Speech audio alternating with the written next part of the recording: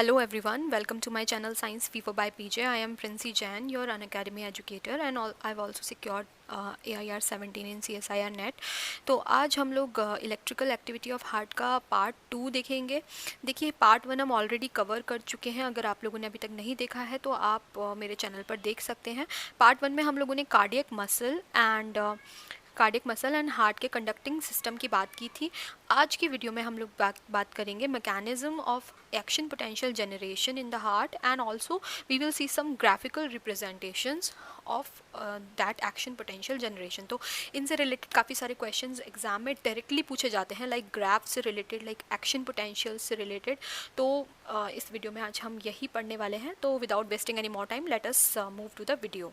तो इस वीडियो में हम लोग देखेंगे कि एक्शन पोटेंशियल का जनरेशन कैसे होता है हार्ट में, यानी कि हार्ट को कॉन्ट्रैक्ट करने के लिए सिग्नल्स कैसे मिलते हैं। ओके, तो उसमें मेनली हम ये इन फेजेस को इन्वॉल्व करते हैं। जो फर्स्ट या जीरो फेज बोली जाती है दैट इज अप स्ट्रोक और rapid depolarization phase. Phase first is early rapid repolarization phase, phase 2 is plateau, phase third is final rapid repolarization and phase 4 is the generation of resting membrane potential और this is also known as diastolic depolarization। तो इन सारी phases को हम detail में पढ़ेंगे। तो जब भी हम कार्डियक मसल्स के एक्साइट होने की बात करते हैं या बोलते हैं कि उनमें एक्शन पोटेंशियल जनरेट हो रहा है, तो हमें ये देखना ज़रूरी है कि हम कौन सी वाली कार्डियक मसल सेल्स की बात कर रहे हैं। तो हमने लास्ट वीडियो में देखा था कि कार्डियक मसल सेल्स जो होती हैं वो दो टाइप की होती हैं। एक तो होती है कॉन्ट्रैक्टाइल सेल्स और दूसरी होती है ऑटोरिदमिक। तो ऑटोरिदमिक में हमने ऐसे नोड को इन्वॉल्व किया था, इसके अलावा हमने एवी नोड को इन्वॉल्व किया था, बंडल ऑफ हिस को इन्वॉल्व किया था, है ना। लेकिन जो कॉन्ट्रैक्टाइल सेल्स होती हैं वो हार्ट की मसल्स का लगभग 99% पार्ट बना लेती हैं। तो उसमें हम मेनली एट्रियल मसल्स और वेंट्रिकुलर मसल्स की बात करते हैं। तो हम यहाँ पर जो देख रहे हैं ये जो ग्राफ है, this graph is of contractile cells, यानी एट्रियल और वेंट्रिकुलर मसल्स के यानी उनके कार्डियक सेल्स के एक्साइटेशन की यहाँ पर हम बात कर रहे हैं। तो इनके अंदर इन कार्डियक मसल्स के अंदर एक्शन पोटेंशियल का जनरेशन कैसे होता है वो देख लेते हैं। तो उसमें हमने जो फेजेस मैंने आपको पीछे बताई थी, उन फेजेस में ही कुछ बहुत ही इम्पॉर्टेंट आयोनिक ऑल्टरेंस आती हैं। उन आयोनिक ऑल्टरेंस की वजह से ही उनमें क्या होता है, डीपोलराइजेशन होता है। ठीक है, तो इन मसल सेल्स का, इन कार्डियक मसल सेल्स का जो रेस्टिंग मेम्ब्रेन पोटेंशियल होता है वो होता है अबाउट -80 मिलीवोल्ट्स इनसाइड। यानी कि हम अगर ये कार्डियक मसल सेल की बात करें तो उसके अंदर की तरफ नेगेटिव चार्ज होगा एंड बाहर की तरफ होगा पॉजिटिव चार्ज। तो ये जो नेगेटिव चार्ज है ये लगभग -85 मिलीवोल्ट्स तक का होगा। ओके, इनका रेस्टिंग मेम्ब्रेन पोटेंशियल। अब हमें क्या करना है, इस रेस्टिंग मेम्ब्रेन पोटेंशियल को तोड़ के और इन सेल्स को एक्साइट करना है, इन सेल्स के अंदर एक्शन पोटेंशियल जनरेट करना है, इन्हें डीपोलराइज करना है। अभी ये पोलराइज्ड है, अभी हमें इन्हें क्या करना है, डीपोलराइज करना है। ओके, यानी कि इस रेस्टिंग मेम्ब्रेन पोटेंशियल को ब्रेक करना है। तो उसके लिए क्या होता है, सबसे पहले तो देखिए उसके लिए इसके अंदर कुछ चैनल्स ओपन हो जाते हैं। इन कार्डियक मसल सेल्स में कुछ चैनल्स ओपन हो जाते हैं। मैंने आपको बताया था कि जो कार्डियक मसल सेल्स होती हैं उनके बीच में इंटरकैलेटेड डिस्क होती है, दो मसल सेल्स के बीच में, और उन मसल सेल्स के जो ये इंटरकैलेटेड डिस्क है उस पर गैप जंक्शंस लगे हुए होते हैं, है ना। गैप जंक्शंस का मैंने आपको फंक्शन भी बताया था कि इनका फंक्शन होता है आयंस को एक सेल से दूसरे सेल में पहुंचाना। ठीक है, ये इनका मेन फंक्शन होता है। तो इन गैप जंक्शंस के थ्रू ही ये आयंस कार्डियक मसल सेल में एंटर कर रहे हैं। अब कौन से वाले आयंस एंटर कर रहे हैं और कैसे जनरेशन हो रहा है वो हम लोग देख लेते हैं ना। तो सबसे पहले जब कोई भी पॉजिटिव आयंस किसी सेल में एंटर करेंगे कार्डियक सेल के अंदर, तो उसके अंदर दो काम होंगे। क्या काम होंगे कि उसके अंदर जो voltage gated sodium ion channels है वो ओपन हो जाएंगे। इस सेल के voltage gated sodium ion channels open हो गए। जैसे इसमें पॉजिटिव आयंस एंटर किए, okay let me draw it again. हाँ, तो ये है गैप जंक्शन। अब इस सेल में क्या हुआ कि यहाँ से ये कुछ पॉजिटिव आयंस एंटर किए, उनकी वजह से क्या होगा कि इसके जो यहाँ पर सोडियम आयन चैनल्स हैं वो ओपन हो जाएंगे, ठीक है, voltage gated sodium ion channels open हो जाएंगे, जिसकी वजह से सोडियम आयंस जल्दी से रैपिडली अंदर आने लगेंगे, है ना। इन सोडियम चैनल्स को हम फास्ट सोडियम चैनल्स भी कहते हैं। क्यों? क्योंकि ये बहुत ही जल्दी सोडियम आयंस को अंदर की तरफ भेजने लग जाते हैं, ठीक है। इसके बाद एक और बहुत इंपॉर्टेंट काम होगा, जब बहुत ज़्यादा सोडियम आयंस अंदर आने लग जाएंगे तो उसी टाइम कैल्शियम आयन चैनल्स भी ओपन हो जाएंगे, ठीक है। इन दोनों के ओपन होने से क्या होगा कि अंदर की तरफ तुरंत से नेगेटिव चार्ज जो है वो उसका जो रेस्टिंग मेम्ब्रेन पोटेंशियल था -85 वो ब्रेक होने लग जाएगा, क्योंकि अंदर की तरफ पॉजिटिव चार्ज आने लग गए अब, है ना।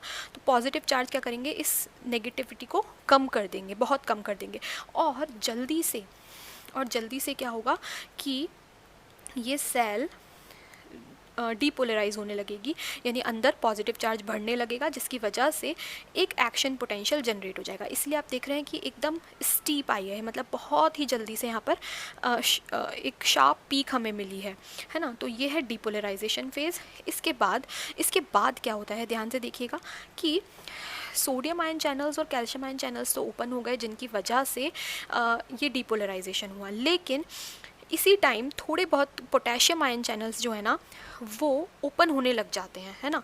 पोटेशियम आयन चैनल्स के ओपन होने से एक नुकसान है कि अंदर जो पॉजिटिविटी आ रही थी ना वो पॉजिटिविटी कम होने लग जाएगी। अब आप कैसे कहेंगे कि कम होने लग गई?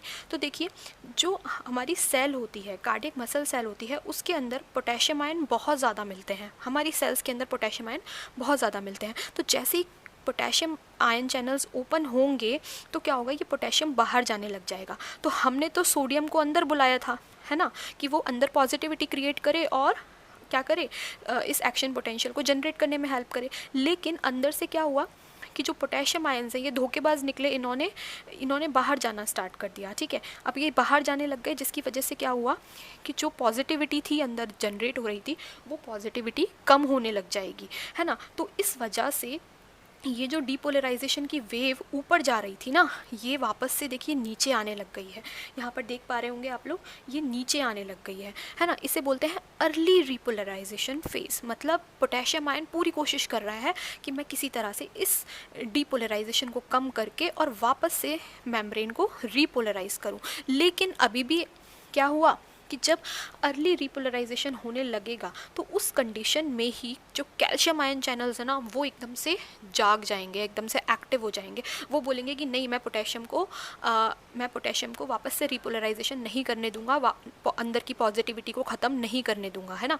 तो क्या होता है कि कैल्शियम आयन चैनल्स तुरंत से ओपन हो जाते हैं, voltage gated calcium ion channels open हो जाते हैं, और जैसे ही ये कैल्शियम आयन चैनल्स ओपन होते हैं तो इन पोटेशियम आयन चैनल्स को जो कि रिपोलराइजेशन करने की कोशिश कर रहे थे उन्हें बंद होना पड़ता है, उन्हें क्लोज होना पड़ता है ना। तो यहाँ पर क्या क्या काम हुए ध्यान से देखना कि जब अर्ली रिपोलराइजेशन हुआ तब उस टाइम क्या हुआ कि जो पोटेशियम आयन चैनल्स थे वो ओपन हो गए, कॉजिंग अर्ली रिपोलराइजेशन, है ना। लेकिन ये जैसे ही ओपन हुए तो कैल्शियम आयन चैनल्स जो हैं वो इनके अगेंस्ट में खड़े हो गए और वो भी ओपन होने लग गए। अब कैल्शियम आयन जो हैं वो हमारी सेल के बाहर की तरफ मिलते हैं ज़्यादा, है ना, एक्स्ट्रा सेलुलर फ्लूइड में ज़्यादा मिलते हैं। तो जैसे ही कैल्शियम आयन चैनल्स ओपन हुए तो ये कैल्शियम आयन अंदर आने लग गए, और जो पोटेशियम आयन्स थे वो बाहर जाना उनका बंद हो गया, क्योंकि वो कैल्शियम आयन चैनल्स के ओपन होते से ही क्लोज हो गए, है ना। ये दोनों एक दूसरे के एंटागोनिस्ट हैं, एक तरीके से ये समझ सकते हैं। जब ये ओपन होंगे यानी कैल्शियम आयन चैनल्स ओपन हो गए तो पोटेशियम चैनल्स को अपने आप ही क्लोज होना पड़ गया, है ना। अब अंदर क्या हो रहा है, वापस से पॉजिटिविटी क्रिएट होने लग गई, है ना। वापस से सब कुछ पहले जैसा होने लग गया कि अंदर पॉजिटिव आयंस आने लग गए और एक्शन पोटेंशियल जनरेट होने लग गया, ठीक है। एक्शन पोटेंशियल जनरेट होने लग गया। तो ये किस वजह से हुआ, ये कैल्शियम आयंस के अंदर आने की वजह से। तो कैल्शियम आयंस ने क्या किया, वापस से डीपोलराइजेशन की वेव को कंटिन्यू किया, है ना। लेकिन अभी भी पोटेशियम चैनल्स जो हैं वो हार नहीं मान रहे हैं, वो बोल रहे हैं कि भाई तू अंदर आ रहा है तो मैं भी बाहर जाऊंगा, है ना। तो इस तरह से तो कैल्शियम बोल रहा है कि भाई मैं भी अंदर आऊँगा। तो इन दोनों का जो है वॉर चल रहा है एक तरीके से, कैल्शियम आयन अंदर आ रहे हैं, पोटेशियम आयन बाहर जा रहे हैं। तो इस तरह से कि एक दूसरे को बैलेंस करने लग जाते हैं, है ना। ना कोई बहुत ज़्यादा अंदर आ सकता है ना बाहर जा सकता है, दोनों एक दूसरे को बैलेंस कर रहे हैं। तो इस बैलेंसिंग की वजह से यहाँ पर डीपोलराइजेशन की जो वेव है वो और ऊपर जाने की बजाय क्या हो गई, एकदम फ्लैट हो गई। ठीक है, इसलिए इसी स्टेज को हम नाम देते हैं प्लेटू फेज। इसे क्या कहते हैं, प्लेटू फेज। तो ये प्लेटू फेज बहुत ज़्यादा इंपॉर्टेंट है, किस किस में मिलती है, एट्रिया और वेंट्रिकल्स के मसल्स में, उनकी कॉन्ट्रेक्टाइल मसल्स में मिलती है। ठीक है, SA node, AV node, bundle of His इनमें नहीं मिलती है। ठीक है, वो हम देखेंगे आगे क्यों नहीं मिलती है। तो इस तरह से आपको ये याद रखना पड़ेगा कि plateau phase is because of the balancing of calcium ions and potassium ions. Okay, अब देखिए, अब आप देख रहे होंगे कि इस प्लेटो, अच्छा ये जो प्लेटो फेज होती है इसकी भी एक खासियत है कि ये लगभग 0.2 से 0.3 सेकंड्स तक चलती है। मतलब एट्रिया में तो 0.2 सेकंड्स की होगी, जबकि वेंट्रिकल में 0.3 सेकंड्स तक ये रहती है। इसके बाद आ जाता है फाइनल रिपोलराइजेशन फेज। अब क्या हुआ कि कैल्शियम आयन का बहुत हो गया भाई, पोटेशियम आयंस जो हैं वो परेशान हो गए कि ये तो हमें बाहर जाने ही नहीं दे रहे, जाने ही नहीं दे रहे, है ना।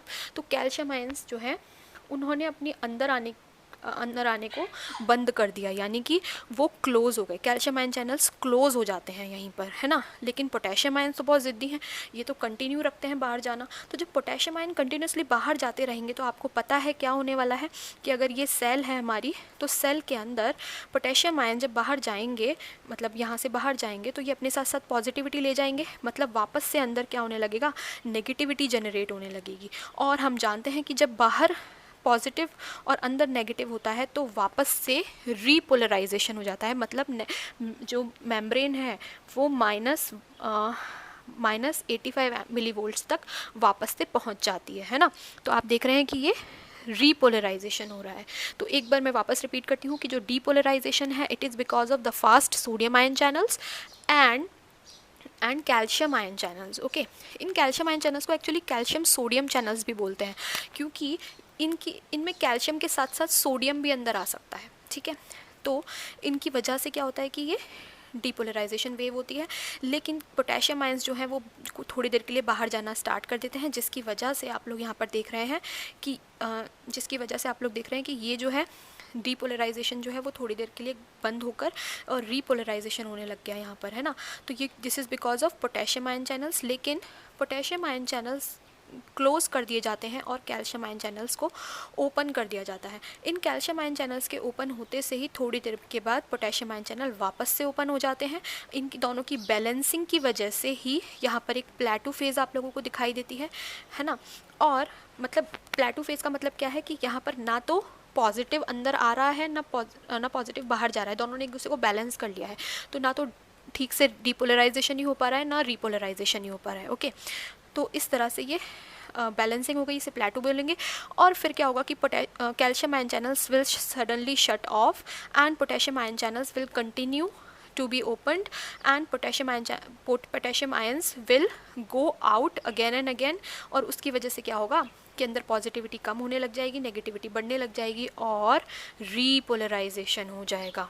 Okay, this is the final thing which we need. Okay, next हम लोग देख लेते हैं इसी को एक बार यहाँ पर भी।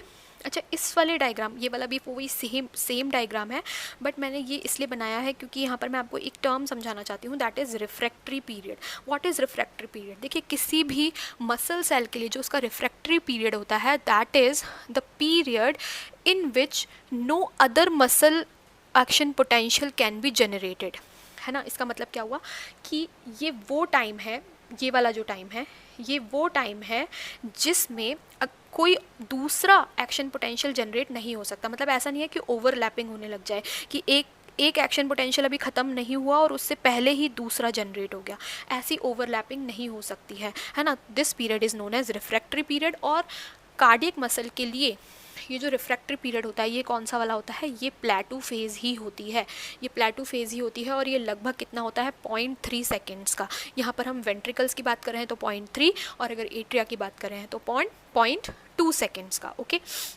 इसके बाद यहाँ पर रीपोलराइजेशन आप लोगों ने देखा, that is because of the closure of calcium ion channels and potassium outflow. ठीक है, पोटेशियम आउटफ्लो तो कंटिन्यू रहता ही है ना। तो पोटेशियम आयन चैनल्स तो ओपन रहते ही हैं, लेकिन कैल्शियम आयन चैनल्स क्लोज हो जाते हैं, जिसकी वजह से ये वापस से रीपोलराइजेशन होने लग जाता है। ओके। लेकिन एक बहुत इंटरेस्टिंग चीज़, that is the pacemaker potential of SA node. अब हम बात कर लेते हैं ऑटो रिदमिक सेल्स की। ओके तो ऑटो रिदमिक सेल्स में क्या होता है?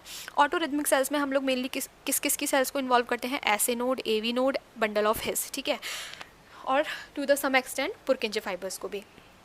तो इनमें ऐसे नोड या ये जो पेसमेकर्स होते हैं, इनके अंदर एक स्पेशल सी बात मिलती है। आप इस वाले ग्राफ को देखिए और आप इस वाले ग्राफ को देखिए। This graph is of ventricular and atrial contractile muscles या कॉन्ट्रेक्टाइल फाइबर्स, है ना। वेयर एज ये वाला जो डायग्राम है that is of SA node यानी कि ऑटो रिदमिक फाइबर्स का है। तो इन दोनों में आप लोगों को डिफरेंस दिखाई दे रहा होगा यहाँ प्लेटू का, ठीक है। उनमें क्या था कि यहाँ पर प्लेटू बन रहा था, ठीक है, यहाँ पर प्लेटू बन रहा था, जबकि इनमें कोई भी आपको प्लेटू नहीं दिखाई दे रहा है ना। और दूसरी बहुत इंपॉर्टेंट डिफरेंस क्या है कि उनमें जो रेस्टिंग मेम्ब्रेन पोटेंशियल था वो कितना था? -85 मिली वोल्ट्स। ओके, लेकिन इसमें जो रेस्टिंग मेम्ब्रेन पोटेंशियल है दैट इज़ -60 मिली वोल्ट्स, यानी कि रेस्टिंग मेम्ब्रेन पोटेंशियल जो है उनमें इतना डिफरेंस है, ठीक है। तो रेस्टिंग मेम्ब्रेन पोटेंशियल जो है इसका ज़्यादा है, इसका कम है। उसका क्या रीज़न है? ठीक है, इसका रीज़न ये होता है, ध्यान से देखिएगा, कि जो ऐसे नोड या ऑटो रिदमिक होते हैं, ऑटो रिदमिक या इन्हें बोलते हैं self excitatory cardiac muscle cells, है ना। तो इनकी क्या खासियत होती है कि इनमें पहली चीज़ तो कि इनका रेस्टिंग मेम्ब्रेन पोटेंशियल नेचुरली ही कम होता है ना, दैट इज़ -60 मिली वोल्ट्स। लेकिन उसके साथ साथ इनकी खासियत होती है कि इनके अंदर इनकी जो प्लाज्मा मेम्ब्रेन होती है ना इनकी कार्डियक सेल्स की, इनकी जो कार्डियक सेल्स होती है ना उनकी प्लाज्मा मेम्ब्रेन सोडियम आयंस के लिए लीकी होती है। क्या होती है? लीकी होती है। That means we can say कि इनके जो ये सोडियम आयन चैनल्स हैं इन्हें हम बोल सकते हैं लीकी सोडियम आयन चैनल्स। इन सोडियम आयन चैनल्स में से हमेशा थोड़े थोड़े सोडियम अंदर की तरफ लीक करते रहते हैं, ठीक है। वी आर नॉट सेइंग कि these sodium ion channels will open और क्लोज एज द सर्कमस्टेंसेस, लेकिन क्या होगा यहाँ पर कि ये हमेशा ओपन रहेंगे, ठीक है। और इनके अंदर से sodium ions in cardiac cells में, कौन सी वाली? ऑटो रिदमिक कार्डियक सेल्स में अंदर की तरफ आते ही रहेंगे, हमेशा आते रहेंगे, ठीक है। और जब आते जब एक कंडीशन आएगी कि जब अंदर पॉजिटिविटी काफ़ी ज़्यादा बढ़ जाएगी और ये पॉजिटिविटी लगभग कितनी पहुँच जाएगी, मतलब ये जो इसकी नेगेटिविटी है वो कम होकर कितनी हो जाएगी? -40 हो जाएगी, है ना। -40 तक जब ये हो जाएगी, यानी यहाँ तक जब हो जाएगी, तब इस कंडीशन में इस वाली सिचुएशन को बोलेंगे थ्रेश होल्ड पोटेंशियल, ठीक है। मतलब -60 से कितना हो गया? -40 हो गया, तो इसे हम बोलेंगे थ्रेश होल्ड पोटेंशियल। जैसे ही थ्रेश होल्ड पोटेंशियल ऑब्टेन होता है, थ्रेश होल्ड पोटेंशियल कैसे ऑब्टेन होता है वो मैंने आप लोगों को बताया, इन लीकी सोडियम आयन चैनल्स की वजह से, ठीक है। अपने आप ही सोडियम आता रहता है, अंदर पॉजिटिविटी बढ़ती रहती है और क्या होता है, -40 तक ये कम हो जाता है एक्शन ये इसका रेस्टिंग मेम्ब्रेन पोटेंशियल। जैसे ही -40 पहुंचा यानी थ्रेशहोल्ड तक आया, उसके बाद क्या होगा? उसके बाद वो जो कैल्शियम आयन चैनल्स मैंने आप लोगों को बताए थे ना, जिन्हें हम कैल्शियम सोडियम चैनल्स भी कहते हैं, वो कैल्शियम सोडियम चैनल्स ओपन हो जाएंगे, ठीक है। इसमें याद रखिए, इसमें फास्ट सोडियम चैनल्स नहीं होते हैं या इनएक्टिवेट होते हैं, ठीक है। फास्ट सोडियम चैनल्स का कोई भी रोल नहीं है इसमें, केवल जो कैल्शियम आयन चैनल्स मैंने आपको बताए थे वो ओपन होंगे, है ना। तो थ्रेशहोल्ड तक आने के बाद तुरंत से कैल्शियम आयन चैनल्स ओपन हो जाते हैं और कैल्शियम अंदर की तरफ बढ़ने लग जाता है। ये अगर मसल सेल है तो इसके अंदर कैल्शियम आने लग जाएगा, और जब कैल्शियम बहुत तेज़ी से अंदर आएगा तो क्या होगा? तो ये जो एक्शन पोटेंशियल है यहाँ पर जनरेट हो जाएगा, यहाँ पर एक्शन पोटेंशियल बहुत तेज़ी से आएगा, ठीक है।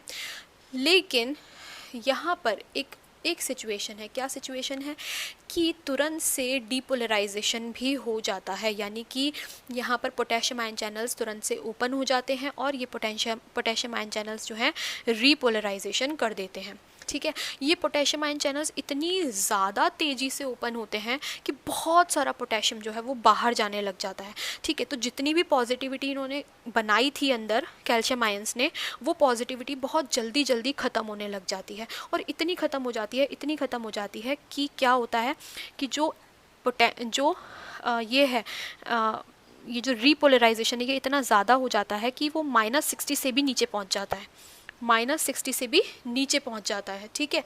और नीचे का मतलब है -70-80 तक पहुंच जाता है ना।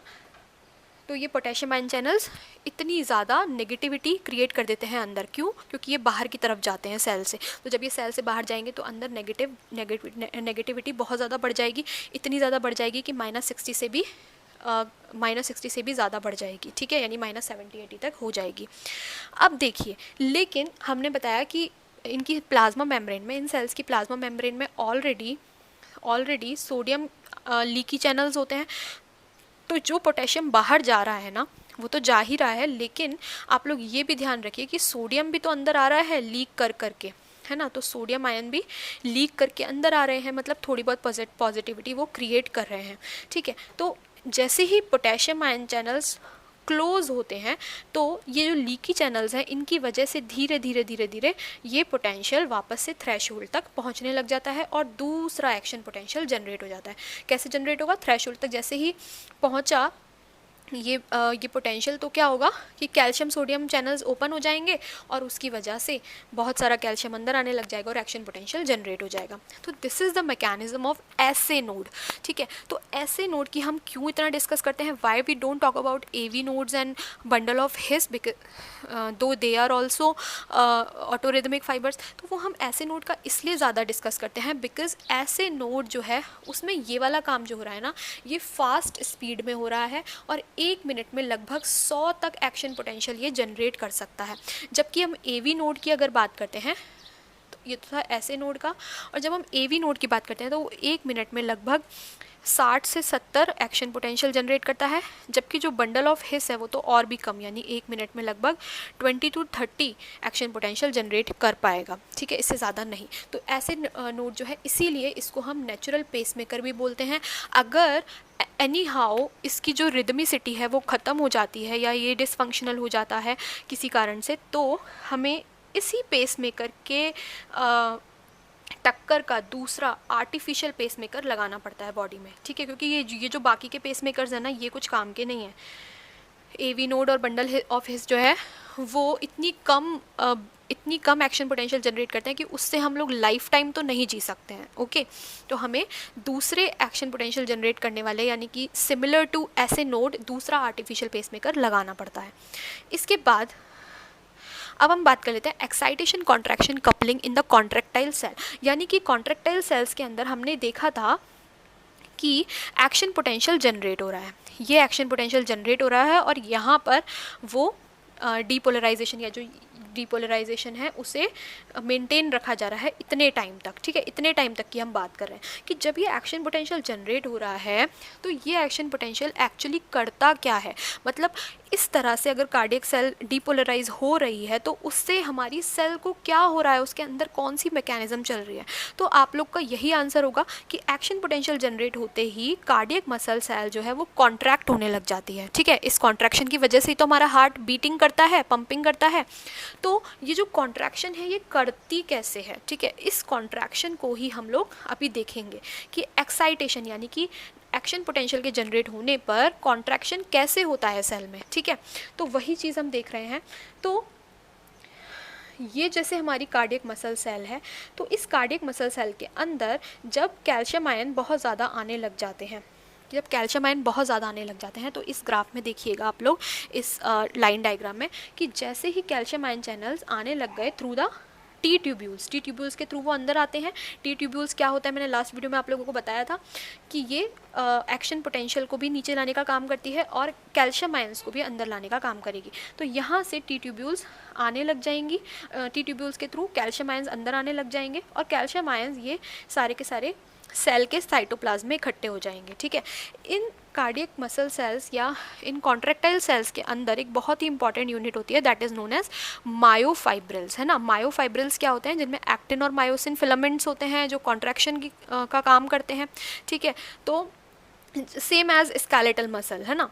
तो सिमिलरली यहाँ पर क्या होगा कि जैसे कैल्शियम आयंस अंदर आने लगेंगे तो ये कैल्शियम आयन जो हैं वो इस सेल की सार्कोप्लाज्मिक रेटिकुलम इस सेल की ये है सार्कोप्लाज्मिक रेटिकुलम, और ये जो है ये क्या है, पूरी की पूरी हमारी कार्डियक मसल्स हैं। तो सार्कोप्लाज्मिक रेटिकुलम से ये बाइंड होने लग जाते हैं, और सार्कोप्लाज्मिक रेटिकुलम में एक बहुत ही अच्छा सा सुंदर सा रिसेप्टर होता है, that is known as ryanodine receptor.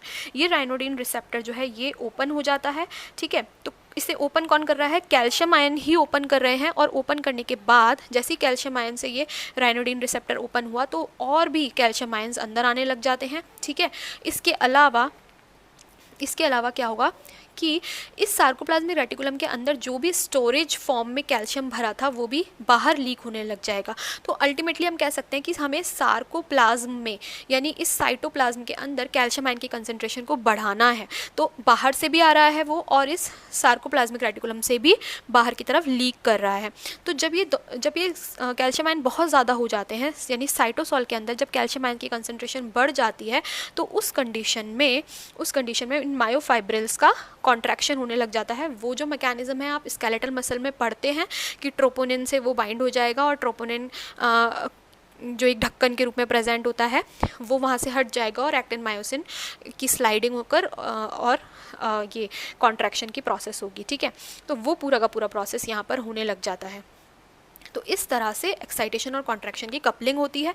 अब एक चीज़ आप लोगों को याद रखनी है, क्या याद रखना है कि बाहर की तरफ यानी कार्डियक सेल के बाहर की तरफ भी कैल्शियम आयन की कंसंट्रेशन बहुत ज़्यादा होती है, और यहाँ पर जो टी ट्यूब्यूल्स होती है ना, इन टी ट्यूब्यूल्स में भी कैल्शियम के रिजर्व्स मिलते हैं। तो जब भी ज़रूरत पड़ती है यानी जब भी कॉन्ट्रैक्शन होता है तो ये सारे के सारे रिजर्व्स जो हैं बाहर से अंदर की तरफ आने लग जाते हैं। तो चलिए नेक्स्ट स्लाइड में हम लोग देख लेते हैं the effects of permeability of different ions on action potential. जो हमने यहाँ पर ग्राफ क्रिएट किया था ना वेंट्रिकुलर और एट्रियल कॉन्ट्रैक्टाइल मसल्स का, तो उस ग्राफ में परमिएबिलिटी ऑफ डिफरेंट आयंस का क्या क्या रोल होता है, ठीक है। तो सबसे पहले हम यहाँ पर देखेंगे सोडियम आयंस का, ठीक है। तो सोडियम आयंस का यहाँ पर क्या रोल होता है कि जो सोडियम आयंस होते हैं उनकी जो परमिएबिलिटी है, या हम कह सकते हैं उनके अंदर आने का उनका जो इनफ्लो है वो इस टाइम पे ज़्यादा होता है। और यहाँ पर आप देख सकते हैं कि जैसे ही सोडियम आयंस ज़्यादा हुए तो एक्शन पोटेंशियल जो है वो डायरेक्टली बहुत हाइक पे चला गया, ओके, यानी डीपोलराइजेशन बहुत तेज़ी से हुआ। लेकिन इस दौरान इस पूरे के पूरे ग्राफ के दौरान पोटेशियम आयंस का क्या क्या रोल होता है, कहाँ कहाँ पर वो कम और ज़्यादा होते हैं, तो वो देख लेते हैं। तो जो पोटेशियम आयंस हैं वो स्टार्टिंग में तो बिल्कुल लो लेवल में ही होते हैं, ठीक है, मतलब स्टार्टिंग में बहुत कम होंगे और फिर धीरे धीरे जो है उनका बढ़ना स्टार्ट हो जाएगा, ठीक है, वो तेज़ी से बढ़ने लगेंगे और रीपोलराइजेशन में हेल्प करेंगे।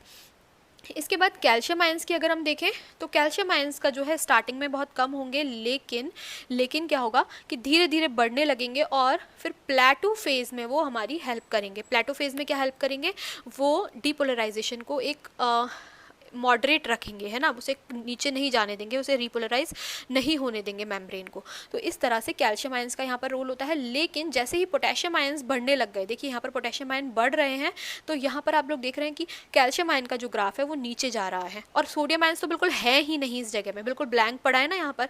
तो जब पोटेशियम आयंस ज़्यादा हैं तो कैल्शियम आयंस कम है ना, कैल्शियम आयंस कम दिख रहे हैं यहाँ पर, ठीक है। तो ये दोनों एक दूसरे के एंटागोनिस्ट होते हैं और कैल्शियम आयन कम और पोटेशियम आयन ज़्यादा कब होते हैं, जब वापस से रीपोलराइजेशन होने लग जाता है, ठीक है। तो इस चीज़ का आप लोग याद रखें कि स्टार्टिंग में यानी कि जब डीपोलराइजेशन हो रहा होता है उस टाइम सोडियम आयंस और कैल्शियम आयंस हाई होते हैं, जबकि पोटेशियम आयन लो होता है, या बोल सकते हैं कि उनका कोई खास रोल नहीं होता उस टाइम, क्योंकि ये दोनों इतनी तेज़ी से अंदर आ रहे होते हैं।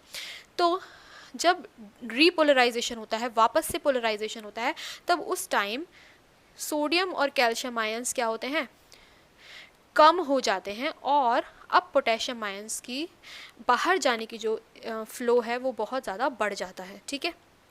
तो ये भी ग्राफ्स जो है एग्ज़ाम में एज इट इज़ पूछ लिए जाते हैं कि कौन सा जो है वो सही होगा, सोडियम का कौन सा सही होगा, पोटेशियम का कौन सा सही होगा और कैल्शियम का कौन सा सही होगा। तो आप लोगों को ये पता होना चाहिए कि कौन सा आयन किस टाइम एंटर करता है और किस टाइम उसके जो चैनल्स है वो क्लोज रहते हैं। ओके, एक और ग्राफिकल रिप्रेजेंटेशन यहाँ पर दी जाती है, that is the diversity of action potential in 4 different cardiac sales.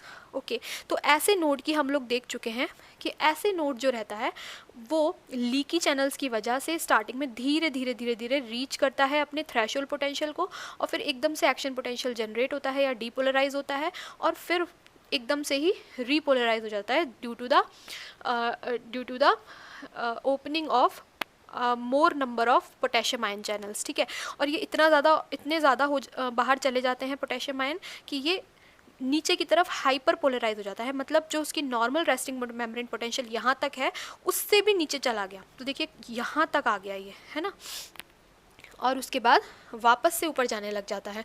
क्यों? क्योंकि लीकी चैनल्स हैं, कभी भी ये एक जैसा नहीं रहेगा। ये चीज़ आप लोगों को याद रखनी है कि जो ऐसे नोड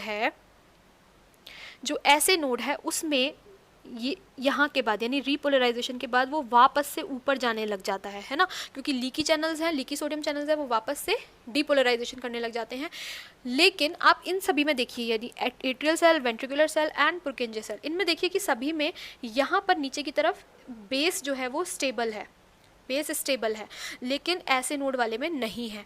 ठीक है, इसका यही रीज़न है कि इन लोगों में कोई भी या इन कार्डियक मसल सेल्स में कोई भी लीकी चैनल्स नहीं होते हैं, तो वो तभी एक्साइट होंगी, नेक्स्ट एक्साइटेशन तभी होगा जब ऐसे नोड से कोई भी सिग्नल मिलेगा। ठीक है, तो ऐसे नोड जो है वो आपको कंडक्शन सिस्टम मैंने बताया था लास्ट वीडियो में कि ऐसे नोड जब सिग्नल भेजता है या मतलब डीपोलराइजेशन वेव भेजता है, तो वो डीपोलराइजेशन वेव कहाँ तक जाती है? AV नोड तक। AV नोड से bundle of His and then सारी की सारी atrial and ventricular cardiac muscle में फैल जाता है। ठीक है, तो जब तक ऐसे नोड से अगला सिग्नल नहीं आएगा तब तक ये ऐसा ही रहेगा, है ना, और जैसे ही दूसरा सिग्नल आया तो ये वापस से डीपोलराइज होने लग जाता है। ठीक है, तो इन तीनों के जो डायग्राम्स हैं, atrial, Purkinje fibre and ventricular cell, इन तीनों के ही जो ग्राफ्स हैं वो ऑलमोस्ट सिमिलर होते हैं, लेकिन यहाँ पर आप लोग देख रहे हैं कि यहाँ पर ओवरशूट तो जो है थोड़ा ज़्यादा हो रहा है पुर्किंजे फाइबर्स में। ओवरशूट का मतलब क्या है? ओवरशूट पोटेंशियल का मतलब होता है कि जो ऊपर डीपोलराइजेशन की जो वेव है ना वो थोड़ी ज़्यादा जा रही है, थोड़ी ज़्यादा शार्प है। इसका रीज़न क्या है? इसका रीज़न ये है कि जो पुर्किंजे फाइबर्स हैं उनकी speed of action potential transmission वो सबसे ज़्यादा होती है, मतलब बहुत तेज़ी से वो सिग्नल्स को पूरे के पूरे वेंट्रिकल्स तक पहुंचा देते हैं। ठीक है, तो इसलिए उसका जो थोड़ा सा डायग्राम है वो डिफरेंट है। अब इनसे रिलेटेड भी क्वेश्चन एग्जाम में डायरेक्टली पूछे जाते हैं कि ऐसे नोड का जो ग्राफ है वो कैसा बनेगा, वेंट्रिकुलर सेल्स का ग्राफ कैसा बनेगा, पुर्किंजे फाइबर्स का और एट्रियल सेल्स का। तो ये बहुत ही ज़्यादा इंपॉर्टेंट ग्राफ्स हैं, एग्जाम में एज इट इज़ आते हैं, लेकिन they are damn easy to understand. Okay, तो अगर आपने मेरे दोनों पार्ट्स, अगर आपने मेरी पिछली वीडियो नहीं देखी है पार्ट 1, तो वो आप लोग देख लीजिए और इन दोनों पार्ट्स को एक साथ ही देखिएगा, जिससे कि आपको पूरा के पूरी कंडक्टिविटी जो है हार्ट की वो समझ में आ जाए, पूरी की पूरी इलेक्ट्रिकल एक्टिविटी समझ में आ जाए। जो हमारी नेक्स्ट वीडियो रहेगी that is of cardiac cycle, और उसके बाद जो रहेगी वो रहेगी ECG। बहुत ही दोनों इंपॉर्टेंट टॉपिक्स हैं, उनसे रिलेटेड भी काफ़ी क्वेश्चन एग्जाम्स में आते हैं। ठीक है, अगर आपने मेरे चैनल को अभी तक सब्सक्राइब नहीं किया है तो go subscribe my channel as soon as possible and share this video to all your friends and classmates जिन्हें भी हार्ट एक्टिविटी समझने में प्रॉब्लम आ रही है। एंड मेरी वीडियो को लाइक कीजिए, ज़्यादा से ज़्यादा शेयर कीजिए, और अगर कोई भी इनसे रिलेटेड डाउट्स हो, आपको PYQs हो, तो आप मुझसे कमेंट सेक्शन में ज़रूर पूछिए। मैं कोशिश करूँगी कि मेरी अगली वीडियोस में मैं हार्ट से रिलेटेड जो भी PYQs आए हैं उन सभी को आप लोगों से डिस्कस करूँ।